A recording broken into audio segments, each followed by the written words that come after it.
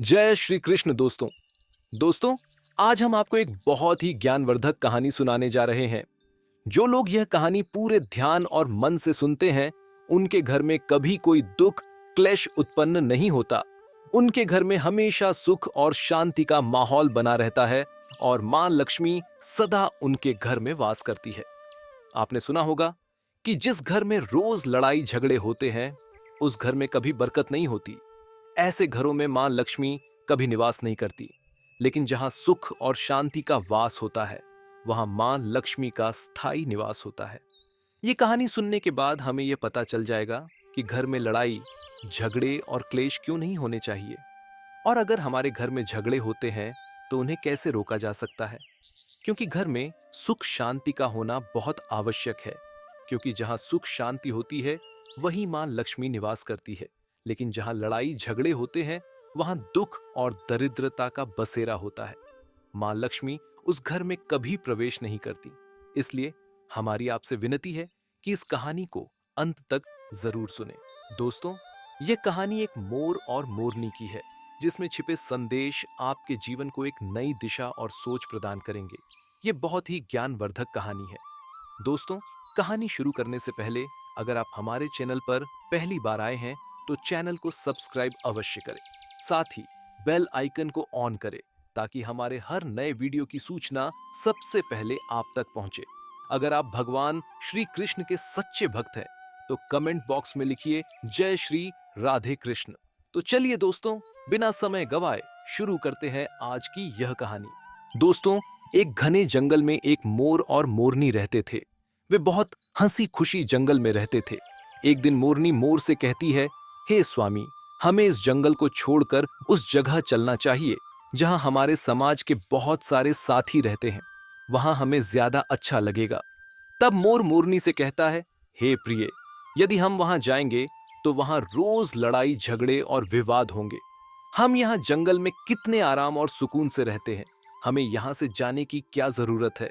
लेकिन मोरनी जाने की जिद करने लगती है, तो मोर भी आखिरकार मान जाता है। फिर मोरनी की बात मानकर वे दोनों उड़कर एक राज्य में आ जाते हैं। यह राज्य बहुत ही खास था, क्योंकि वहां का राजा पशु पक्षियों की भाषा को अच्छी तरह से समझता था। उस राजा ने कराव शास्त्र की शिक्षा प्राप्त की थी, जो पशु पक्षियों और अन्य जीवों की आवाज और भाषा को समझने का ज्ञान देता था। वह राजा हर प्रकार के जीव जंतु की बातों को आसानी से समझ सकता था और उनके भावों को जान सकता था। दोनों पति पत्नी यानी मोर और मोरनी उसी राज्य में आ जाते हैं। एक दिन की बात है। वह राजा अपनी रानी से कहता है, हे प्रिय, मुझे बहुत तेज भूख लगी है। कृपया मेरे लिए जल्दी से भोजन तैयार कर दीजिए। तब रानी ने राजा के लिए 56 प्रकार के स्वादिष्ट व्यंजन बनाए और एक हाथ में पानी का लोटा तथा दूसरे हाथ में खाने की थाली लेकर राजा के पास पहुंच जाती है। जैसे ही रानी ने थाली राजा के सामने रखी, तभी एक चावल का दाना नीचे गिर गया। उसी समय पास में घूम रही कुछ चींटियों में से एक चींटी ने वह चावल का टुकड़ा उठाया और लेकर जाने लगी। यह सब राजा चुपचाप देख रहा था। कुछ ही देर में उस चींटी के पास एक बड़ा छींटा आ जाता है। वह चींटा चींटी से कहता है, यह चावल का टुकड़ा तुम मुझे दे दो और तुम जाकर राजा की थाली से एक और चावल का टुकड़ा ले आओ। राजा, जो पशु पक्षियों और कीटों की भाषा समझने में निपुण था, उनकी बातचीत को ध्यान से सुन रहा था। फिर वह चींटी चींटे से कहती है, मैं नहीं जाऊंगी। अगर राजा को यह बात पता चल गई तो वह मुझे मार देगा। चींटा ने चींटी को समझाते हुए कहा, तुम बेफिक्र होकर जाओ, राजा को कुछ भी पता नहीं चलेगा। फिर चींटी ने थोड़ी हिम्मत जुटाई और जाने की कोशिश की, लेकिन आधे रास्ते से ही वह लौट आई। वह चींटे से बोली, नहीं, मैं नहीं जाऊंगी। मुझे लगता है राजा को सब पता चल जाएगा और वह मुझे सजा देगा। राजा उन दोनों को देख रहा था। तब चींटा को इस बात का भान हो जाता है कि राजा हमारी बात को समझ रहा है। फिर चींटा चींटी से फुसफुसाकर कहता है, मुझे लगता है कि राजा हमारी बातें समझ रहा है। उसने हमारी पूरी बातचीत सुन ली है और इसलिए वह हमें ही देख रहा है। वह चींटा चींटी से आगे कहता है, अगर राजा ने हमारी बात सुन ली और किसी और को बता दी, तो वह उसी समय पत्थर का बन जाएगा। राजा, जो इन दोनों की बातचीत ध्यान से सुन रहा था। यह सब सुनकर वह हंसने लगता है। जैसे ही राजा हंसने लगता है, तभी उसकी रानी रसोई से बाहर आ जाती है।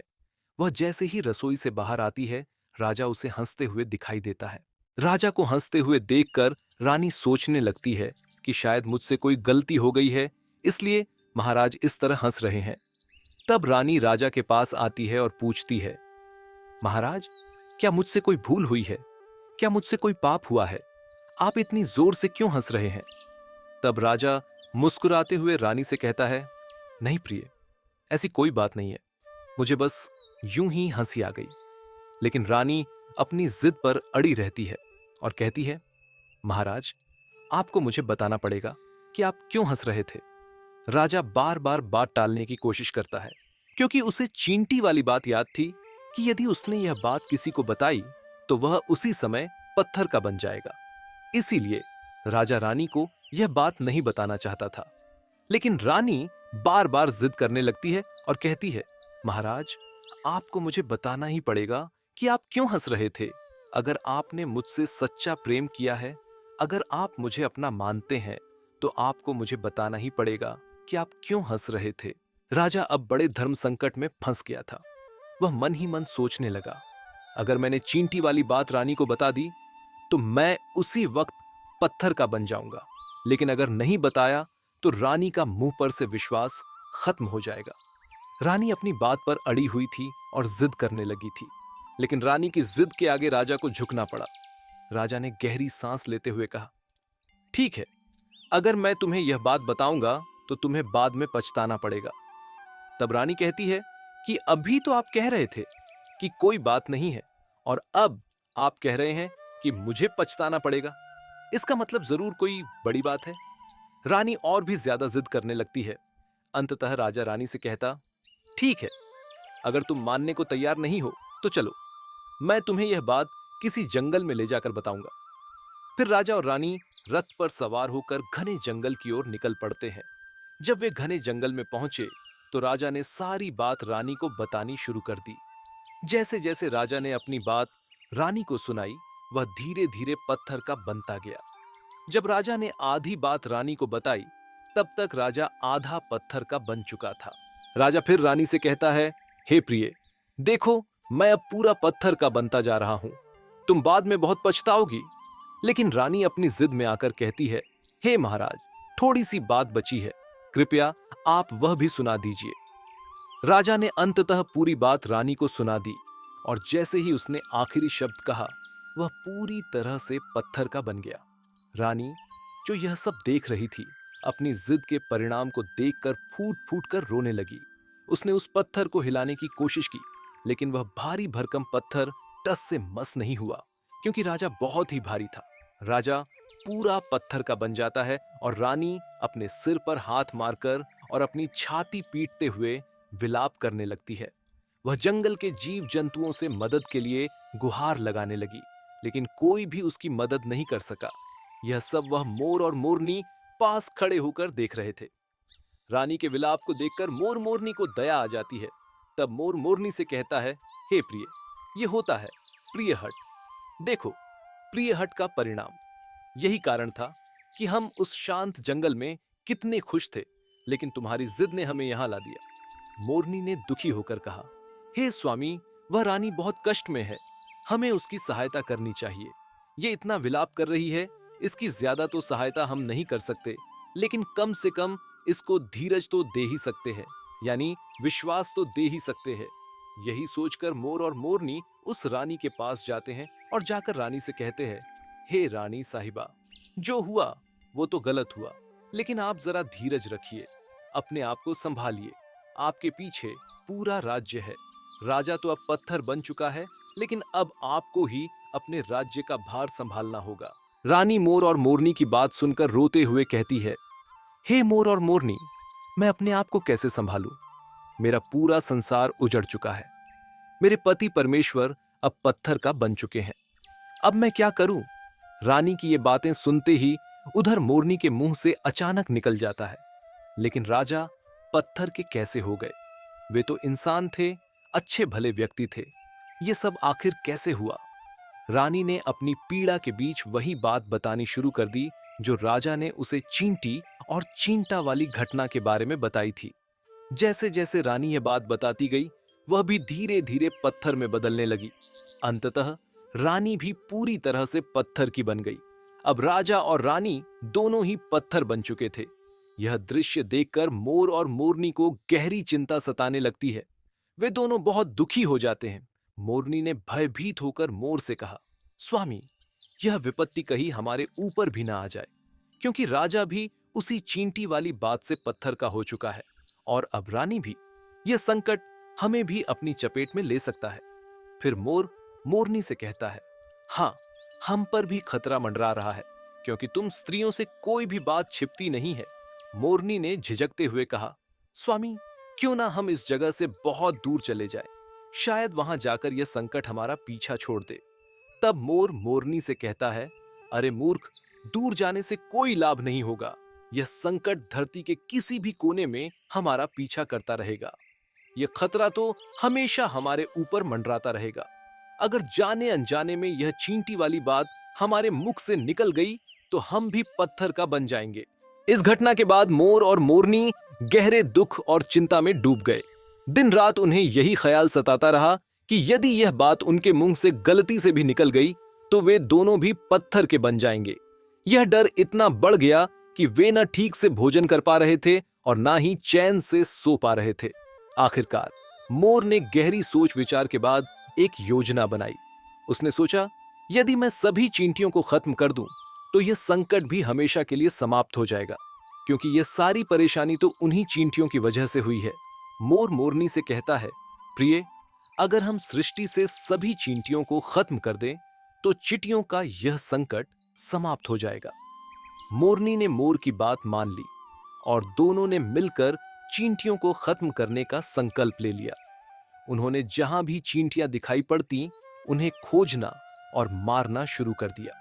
धीरे धीरे उनका आतंक इतना बढ़ गया कि सभी चींटियां डरकर जमीन के अंदर गहरे बिलों में जाकर छिप गईं। मोर और मोरनी ने सतर्क निगरानी रखनी शुरू कर दी। जहां भी उन्हें कोई चींटी दिखाई देती वे तुरंत उसे दबोच लेते।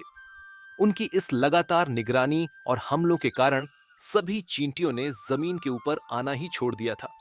उन्होंने अपने बिल और ठिकाने जमीन के भीतर ही बना लिए और वहीं जाकर छिप गई ताकि मोर और मोरनी के क्रोध से बच सके।